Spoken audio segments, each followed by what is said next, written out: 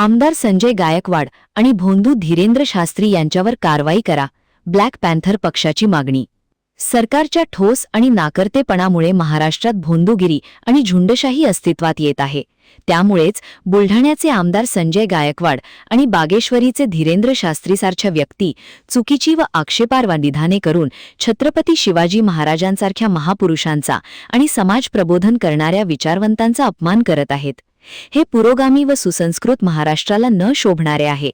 तेव्हा यांच्यावर कडक व कठोर कारवाई करून पुरोगामी महाराष्ट्राला वाचवावे याबाबतचे निवेदन चंदगडचे नायब तहसीलदार विलास पाटील व पोलीस निरीक्षक निंगाप्पा चौखंडे यांना ब्लॅक पॅन्थर पक्षाच्या वतीने देण्यात आले।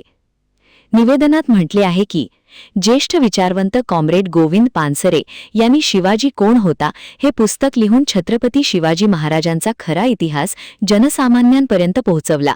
मात्र या पुस्तकाचे कोणतेही वाचन अथवा अभ्यास न करता बुलढाण्याचे आमदार संजय गायकवाड हे आक्षेपार्ह विधान करून समाजात वितुष्ट निर्माण करण्याचा प्रयत्न करत आहेत। एवढेच नाही तर या पुस्तकाचे प्रकाशक प्रशांत आंबी यांना धमकी व अर्वाच्य भाषेत शिवीगाळी करून गुंड प्रवृत्तीचे व हुकुमशाहीचे दर्शन घडवत आहेत। हे त्यांचे कृत्य निंदनीय व लोकप्रतिनिधी म्हणून न शोभणारे आहे। तसेच भोंदू धीरेंद्र शास्त्री यांनी नुकतेच शिवराय थकले आणि राजपाट समर्थकांकडे दिला हे कथित वक्तव्य करून समाजात तेढ व संताप निर्माण केला आहे।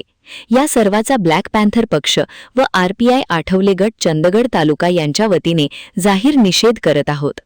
आमदार संजय गायकवाड व भोंदू धीरेंद्र शास्त्री यांच्यावर गुन्हे नोंद करून कडक कारवाई करावी, अन्यथा येणाऱ्या भविष्यकाळात ब्लॅक पॅन्थर पक्षाच्या वतीने सर्व परिवर्तनवादी शिव फुले शाहू आंबेडकरवादी कार्यकर्ते आणि सुजाण नागरिकांना घेऊन तीव्र आंदोलन करण्यात येईल, असे निवेदनात म्हटले आहे।